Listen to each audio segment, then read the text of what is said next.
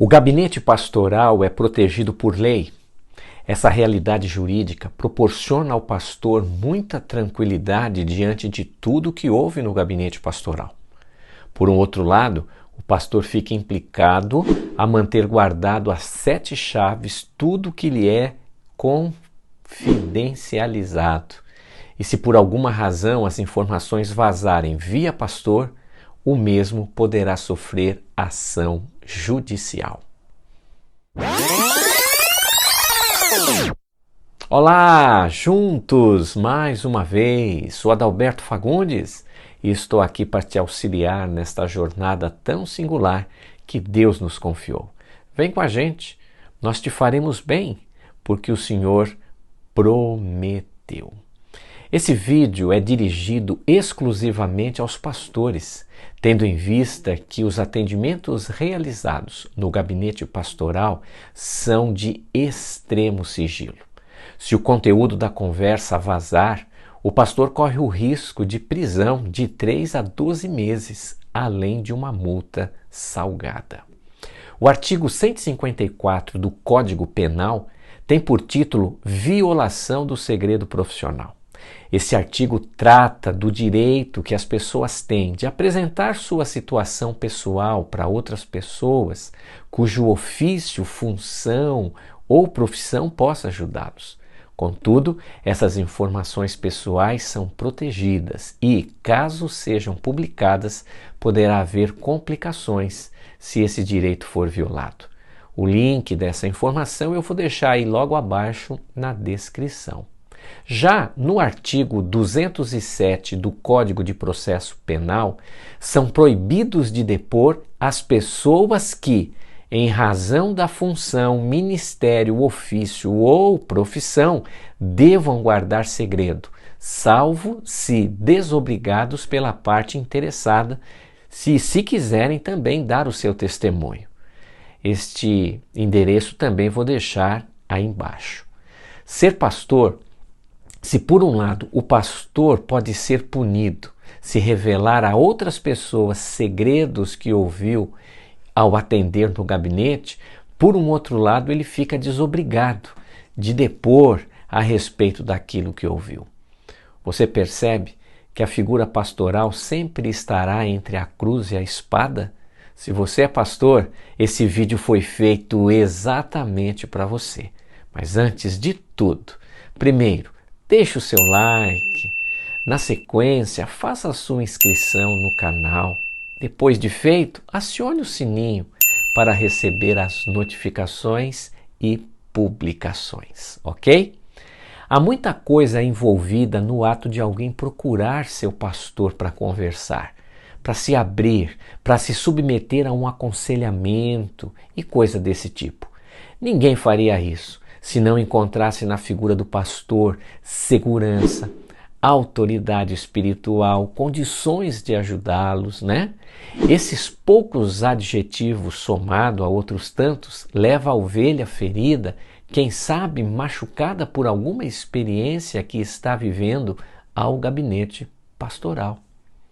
Fragilizada da forma que está, muitas vezes abre o coração e conta tudo o que está vivendo, fala das suas ansiedades, fraquezas, desalentos, procurando aliviar o peso que está carregando, confiando na pessoa do pastor e alimentando a esperança de que será ajudada. Esse é o perfil da maioria das pessoas que vão ao gabinete procurar o pastor. Pensando nisso, a legislação protege essas pessoas fragilizadas, garantindo-lhe o sigilo do conteúdo de tudo o que falam a pastores, padres, médicos, psicólogos e profissionais afins. Pensar no sigilo daquilo que ouvimos das pessoas nos remetem a certas atitudes de Jesus e nos fazem compreender a maneira respeitosa e amorosa na forma que o Mestre tratou esses casos. O primeiro que quero fazer menção foi aquela situação em que certa mulher foi pega em adultério. Levaram-na diante de Jesus, praticamente arrastada à frente a toda a comunidade. com a intenção de pegarem Jesus na curva, em alguma contradição. Lembra dessa história? João 8, de 1 a 11? Pois é, vale a pena lembrar e prestarmos atenção no comportamento de Jesus, que é nosso modelo de pastor. Ele ficou completamente desconcertado ao ver o tamanho do desamor por parte dos escribas e fariseus, pois expuseram aquela mulher ao máximo da exposição e no máximo que alguém poderia ser exposto. Jesus, envergonhado diante daquilo que presenciava e com a cabeça reclinada mostrando sua desaprovação, interfere no processo, dando um rumo para aquela situação. Para isso, oferecendo aquilo que os escribas e fariseus queriam ouvir, contudo, com uma expressão de que quem não tiver pecado estaria habilitado de atirar a primeira pedra. Ninguém teve coragem de atirar a primeira pedra. A multidão imediatamente dispersa e, com certeza, cada um lembrando do seu próprio pecado. O Mestre Jesus se dirige amorosamente à mulher e pergunta para ela: onde estão seus acusadores? A mulher então responde: foram embora. Nosso Senhor, tocado por compaixão, misericórdia, Ele diz à mulher: eu não te condeno, mas vai e não peques mais. A publicidade que os religiosos deram ao caso foi reprovada por Jesus. Jesus, em seu gabinete a céu aberto, sozinho com a mulher, ouvia tudo o que estava no coração daquela pessoa, sem a mesma abrir a boca para falar uma palavra. Que respeito pelo pecador e, ao mesmo tempo, que conselho extraordinário, recomendando que aquela mulher não pecasse mais. Jesus queria o sigilo e, com sigilo, tratou aquela mulher. Deus age no sigilo e no sigilo restaura a vida. O sigilo, além de ser o mínimo de respeito que oferecemos às pessoas que nos procuram, é também um ambiente em que Deus age. Vocês se lembram do caso do filho daquela mulher sunamita? O menino estava morto. Gease foi à frente de Eliseu e constatou o óbito do garoto. Eliseu entra no quarto em que jazia o menino, tranca a porta, fica sozinho com o menino, ora a Deus, aquece o corpo do menino por 2 vezes. Na sequência, o menino retorna à vida. Tudo isso aconteceu num ambiente fechado, trancado, conforme o texto de 2 Reis, capítulo 4, verso 33 nos informa.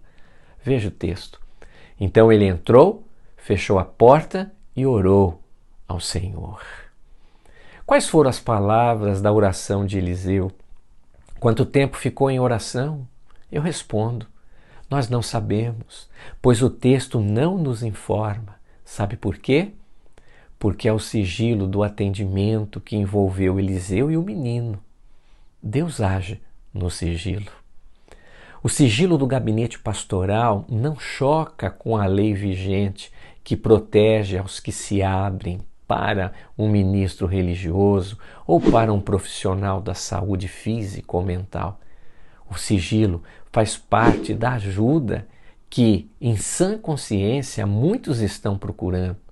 Violar o sigilo refletirá em prejuízo ainda maior para aquele que confiou e acreditou que seria ajudado. A prática pastoral é abrangente, está presente na pregação e exposição da palavra de Deus. Vai para os limites do ensino mais profundo da Bíblia Sagrada, em ambientes mais fechados, mas não menos formal. Mas se desenvolve principalmente no universo do aconselhamento, que na verdade reúne todo um compêndio de aprendizado que o pastor acumulou durante toda a sua vida e dependência de Deus também. A ética cristã, empenhada no exercício da vida particular ministerial do pastor, funciona como um divisor de águas no sigilo e no que o aconselhamento exige. A Bíblia sabiamente adverte comportamentos extravagantes, principalmente aqueles que envolvem informações alheias. Vamos para o texto de Provérbios, capítulo 11, verso 13, na tradução da Nova Versão Transformadora. É bombástica.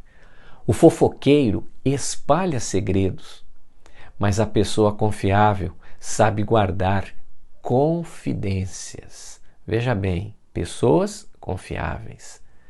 As orientações bíblicas que tangem esse tema não para por aqui. Vai muito mais além.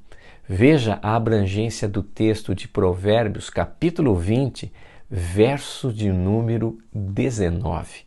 Vamos lá para o texto? Segue aí comigo a projeção. O fofoqueiro vive espalhando segredos. Portanto, evite a companhia de quem fala demais. Evite a companhia de quem fala demais. Parece um contrassenso ler nas Sagradas Escrituras textos que nos orientam a nos afastarmos de alguém. Mas, na verdade, contrassenso é ler este texto e não lhe dar a devida atenção. Isso sim é um grande contrassenso.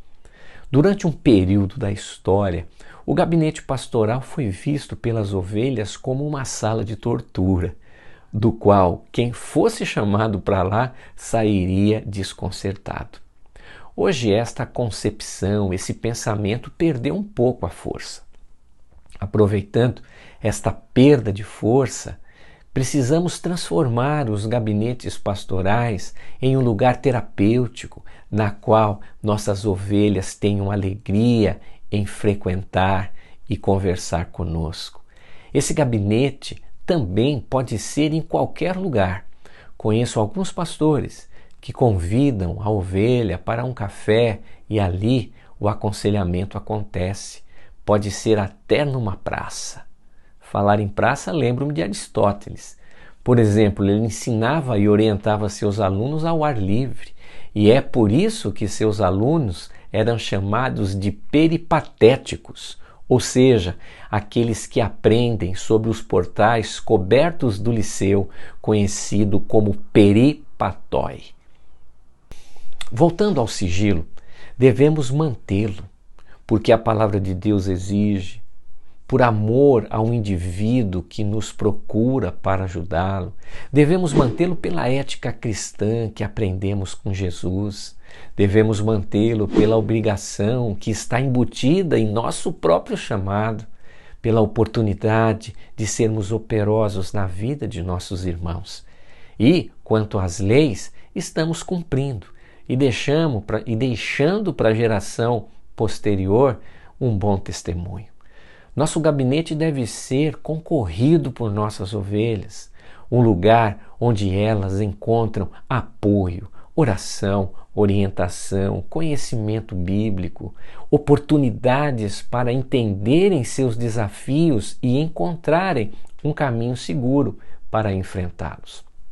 Você, pastor, é conselheiro, é a pessoa que Deus escolheu para esta função tão nobre.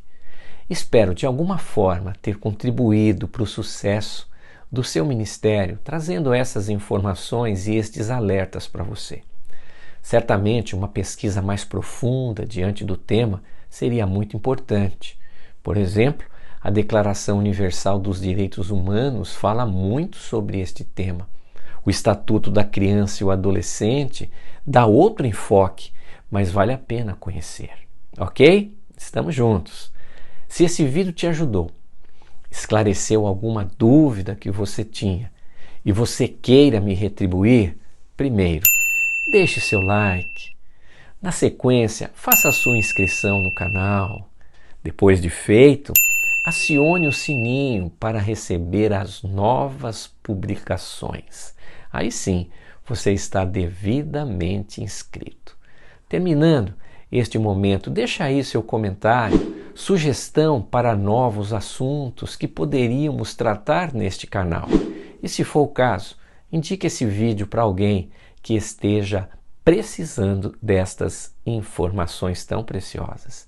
Vem com a gente, nós te faremos bem, porque o Senhor prometeu.